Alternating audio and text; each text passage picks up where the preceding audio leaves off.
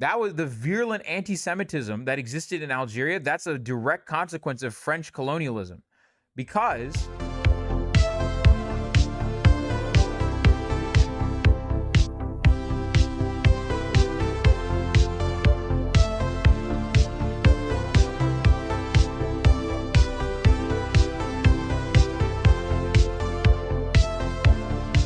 deportees look for ways to take back what they can't leave behind. Okay, so now we're going to go on to Afghans being deported from Pakistan.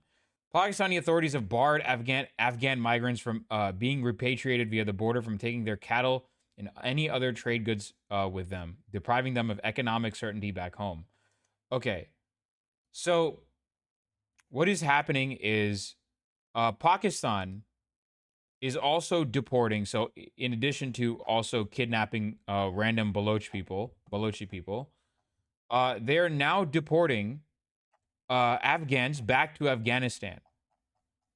This is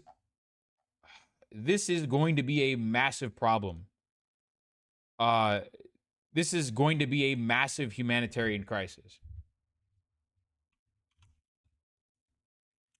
Especially considering that these guys literally fled to Pakistan because of the Taliban. In its latest step to implement the planned expulsion of all undocumented migrants, including 1.7 million Afghans, Pakistan is setting up deportation centers.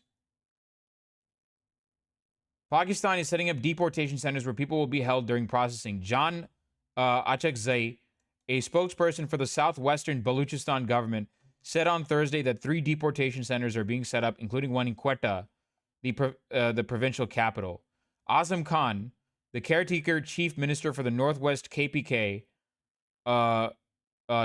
province, said that 3 more centers are being set up there. It is a challenging task, interim minister Sarfaraz Bukti told reporters at a news conference.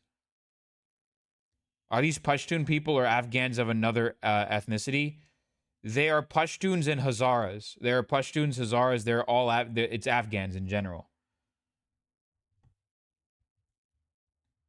It's Afghans in general. So it's Pashtuns, Hazaras. It's anyone that fled Afghanistan into Pakistan to avoid the Taliban. They're being deported back to Taliban-run Afghanistan now. It is a challenging task, Interim Sarfaraz Bukti told reporters at a news conference. Authorities will begin tracking and arresting foreigners staying in the country without registration or documents from November 1st and sending them to the temporary centers. Migrants leaving voluntarily are offered incentives to help. More than 60,000 Afghans have returned home since the crackdown was announced, according to Khan. Anyone in the country irregularly should leave before the deadline to avoid arrest, Achakzai said. No deadline extensions. Sarfaraz Bukti said that Interior Minister Sarfaraz Bukti said there would be no deadline extensions.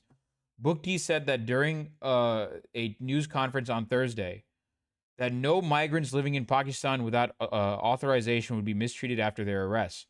They will not be manhandled, he said, adding that they would get food and medical care until their deportations. They are allowed to take a maximum of 50,000 Pakistani rupees, $180 out of the country. The minister warned Pakistanis that action would be taken against them if they were found to be sheltering undocumented immigrants after November 1st.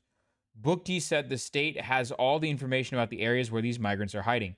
Evicting those living in Pakistan without registration was a challenge for the state, but nothing is impossible to achieve it. Jesus fucking Christ. Oh my God. He's saying, listen, yes, we can evict he's saying, yes, we can evict Afghan refugees from Pakistan. Yes, we can deport them. Yes, we can. Look, now let me be clear. Yes, we can deport these Afghans back to Afghanistan. Now I know it'll be tough, but let me be clear. Nothing is impossible. That's what he's saying. That's what this guy's saying.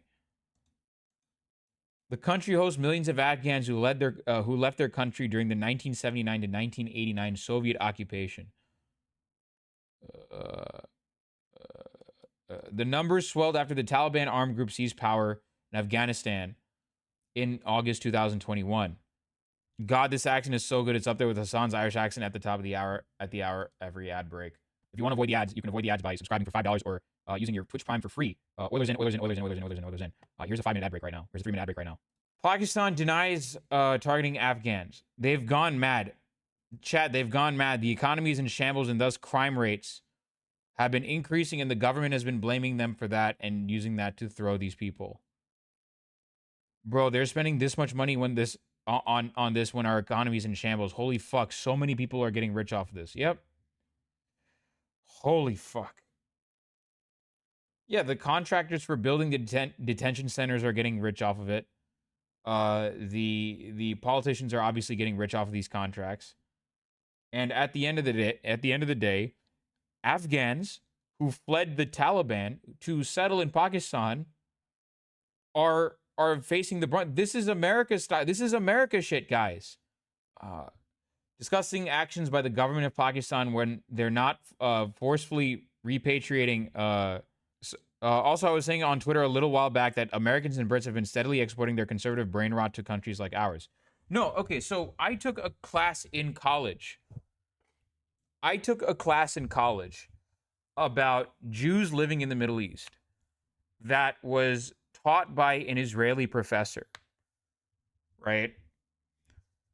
And what I learned from that Israeli professor, was that actually for a very long time, the kind of virulent anti-Semitism you might see in places like Lebanon and Syria and Egypt, where the anti-Semitic conspiracy theories have kind of taken root, that wasn't indigenous, that wasn't endemic to the Arab world.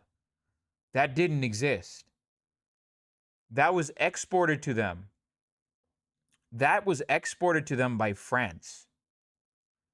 France, and I'm vastly oversimplifying what happened. When France colonized places like Algeria, back before they colonized Algeria, Algerian Jews, they were Arabic speaking. They spoke Arabic. They thought of themselves as Algerians.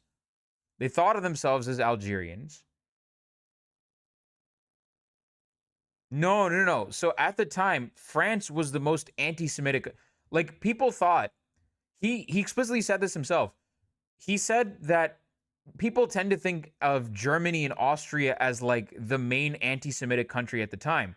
But during colonization, it was actually France that was the most virulently anti-Semitic.